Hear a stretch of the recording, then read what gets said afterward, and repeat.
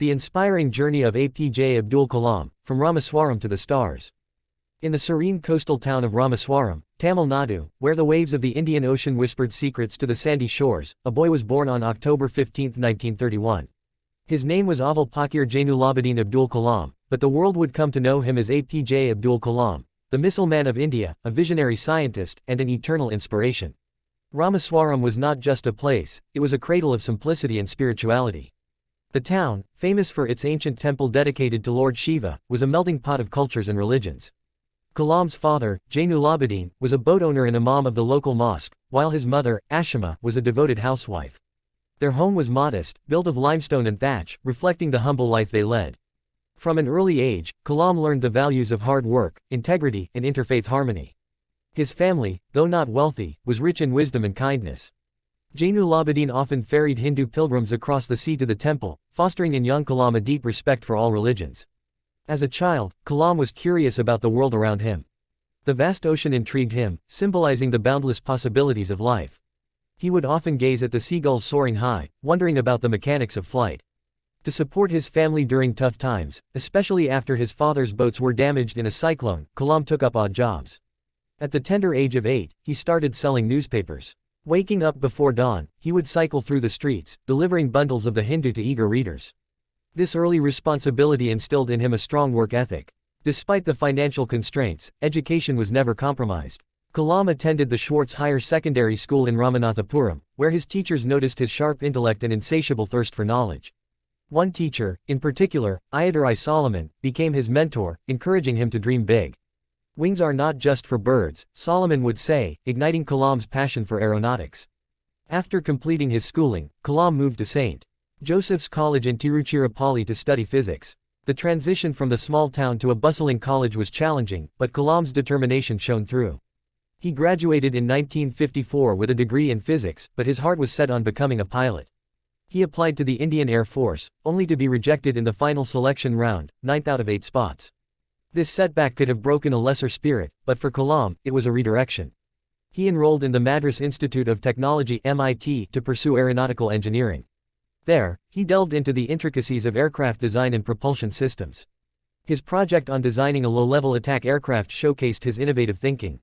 Graduating in 1958, Kalam joined the Aeronautical Development Establishment of the Defense Research and Development Organization (DRDO) as a scientist. His initial years were marked by experiments with hovercrafts, but success was elusive. Failures taught him resilience, as he later wrote in his autobiography, Wings of Fire, "Failure is a detour, not a dead-end street." In 1962, Kalam got a pivotal opportunity when he was transferred to the Indian Space Research Organisation (ISRO), then in its nascent stage under the visionary Vikram Sarabhai. ISRO was India's gateway to space, and Kalam became part of the team developing the country's first indigenous satellite launch vehicle (SLV). The early 1970s were a time of intense work at Thumba, near Tiruvananthapuram, where the launch site was established in a former church. Kalam led the project to develop SLV-3, facing numerous technical hurdles. The first launch attempt in 1979 ended in failure when the rocket plunged into the Bay of Bengal due to a control system malfunction. The nation watched in disappointment, but Kalam viewed it as a learning experience. He rallied his team, analyzed the errors, and prepared for the next try. On July 18, 1980, SLV-3 successfully placed the Rohini satellite into orbit, making India the sixth nation to achieve this feat. This triumph marked Kalam as a key figure in India's space program. His leadership style was unique, democratic, encouraging open discussions and crediting his team for successes. Emboldened by the SLV success, Kalam turned his attention to missile technology. In 1983, he was appointed director of the Integrated Guided Missile Development Program (IGMDP) at DRDO. This ambitious project aimed to develop 5 missiles: Prithvi, surface-to-surface, Trishul, short-range surface-to-air, Akash, medium-range surface-to-air, Nag, anti-tank, and Agni, intermediate-range ballistic. The program faced international sanctions and technological embargoes, as Western nations viewed India's missile ambitions with suspicion. Undeterred, Kalam fostered indigenous innovation. He collaborated with over 500 scientists and engineers from various institutions, emphasizing self-reliance. The first test of Prithvi in 1988 was a resounding success, followed by Agni in 1989, which demonstrated re-entry technology crucial for long-range missiles. These developments not only bolstered India's defense capabilities but also positioned the country as a technological power. Kalam's philosophy was simple: strength respects strength. He believed that technological prowess was essential for national security and peace. Throughout the 1990s, Kalam's contributions extended beyond missiles. He played a role in the development of the Light Combat Aircraft (LCA) Tejas and advised on nuclear technology, culminating in India's Pokhran-2 nuclear tests in 1998. These tests, under Prime Minister Atal Bihari Vajpayee, affirmed India's status as a nuclear power. Kalam, along with R. Chidambaram, led the scientific team, ensuring the tests were conducted safely and successfully. His work earned him numerous accolades, including the Padma Bhushan in 1981, Padma Vibhushan in 1990, and Bharat Ratna in 1997, India's highest civilian award. Yet, Kalam remained grounded, often visiting schools to inspire children. He once said, "Dream, dream, dream. Dreams transform into thoughts and thoughts result into action." In a surprising turn, Kalam's life took a political detour in 2002. Nominated by the National Democratic Alliance, he was elected as the 11th President of India, succeeding K.R. Narayanan. His presidency from 2002 to 2007 was unconventional. Dubbed the People's President, Kalam broke protocols to connect with citizens, especially the youth. He visited remote villages, interacted with students via email, and promoted Vision 2020, a roadmap to make India a developed nation by 2020.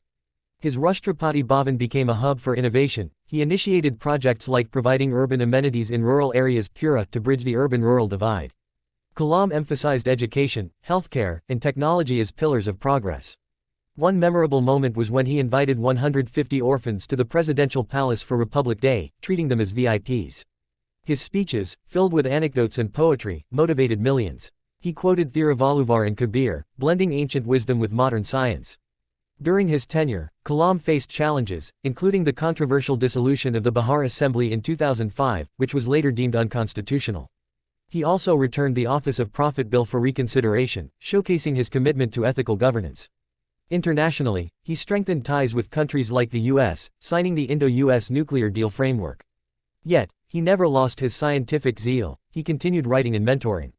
His book Ignited Minds, published in 2002, urged young Indians to ignite their potential for national development. Post-presidency, Kalam returned to academia and public life with vigor. He became a visiting professor at institutions like the Indian Institute of Management (IIM) Shillong and the Indian Institute of Technology (IIT) Madras.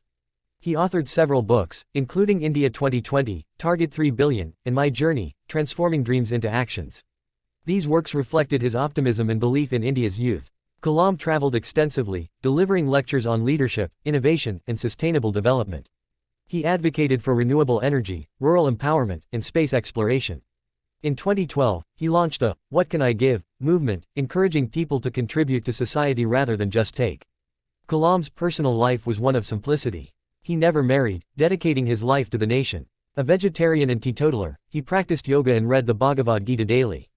His possessions were minimal, a few books, a veena which he played, and clothes. He donated most of his salary to charitable causes. Friends described him as approachable, with a childlike curiosity. He once stopped his convoy to help a student fix a bicycle, embodying humility. Tragically, on July 27, 2015, while delivering a lecture at IIM Shillong on creating a livable planet Earth, Kalam collapsed and passed away due to cardiac arrest. He was 83. The news sent shockwaves across India and the world. Tributes poured in from leaders like Barack Obama and Narendra Modi. His body was flown to Ramaswaram, where thousands gathered for his funeral, a testament to his universal appeal. Kalam was buried with full state honors, his grave becoming a pilgrimage site. Kalam's legacy endures through his ideas and institutions. The DRDO's missile complex in Hyderabad is named after him, and October 15 is celebrated as World Students' Day by the UN. His life story inspires countless biographies, films like I Am Kalam, and educational programs. He taught that success is not about accolades but about making a difference. In Wings of Fire, he wrote, "To succeed in your mission, you must have single-minded devotion to your goal." Reflecting on Kalam's journey, one sees a narrative of perseverance against odds. From the boy selling newspapers in Ramaswaram to the architect of India's missile program and a beloved president, his path was paved with dreams and dedication. He bridged science and spirituality, proving that true greatness lies in serving humanity. In an era of cynicism, Kalam's optimism reminds us, you have to dream before your dreams can come true. Kalam's influence on education was profound. He believed that teachers shape the future, often sharing stories from his own mentors.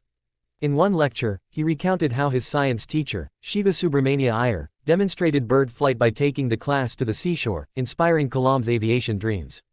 This anecdote underscored his advocacy for experiential learning. Post-retirement, he spent hours answering students' queries online, fostering a generation of innovators. His vision for India extended to environmental sustainability. He promoted solar energy and biofuels, warning against climate change long before it became mainstream. In Target 3 Billion, co-authored with Srijan Pal Singh, he addressed rural poverty, proposing agro-industrial clusters to empower farmers. Kalam's interfaith approach stemmed from his upbringing. Raised in a Muslim family amid Hindu surroundings, he participated in temple festivals and recited from the Quran and Bible. This harmony influenced his presidency, where he celebrated all festivals at Rashtrapati Bhavan. In defense, Kalam's missiles were deterrents for peace. He opposed war, advocating dialogue, yet recognized the need for strength. His work on Agni V, with a 5,000 kilometers range, enhanced India's strategic posture. Culturally, Kalam was a poet and musician. He composed poems in Tamil and English, often incorporating them in speeches. His veena playing provided solace amid hectic schedules. Kalam's death left a void, but his spirit lives on. Schools name wings after him, and startups draw from his innovation ethos.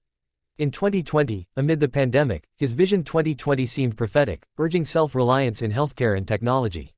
Ultimately, APJ Abdul Kalam's story is not just of personal achievement but of national transformation. He turned failures into fuel, dreams into reality, and inspired a billion hearts. As he said, the best brains of the nation may be found on the last benches of the classroom. His life encourages us to rise above limitations, embrace knowledge, and contribute selflessly. In the annals of history, Kalam stands as a beacon, guiding India toward a brighter future.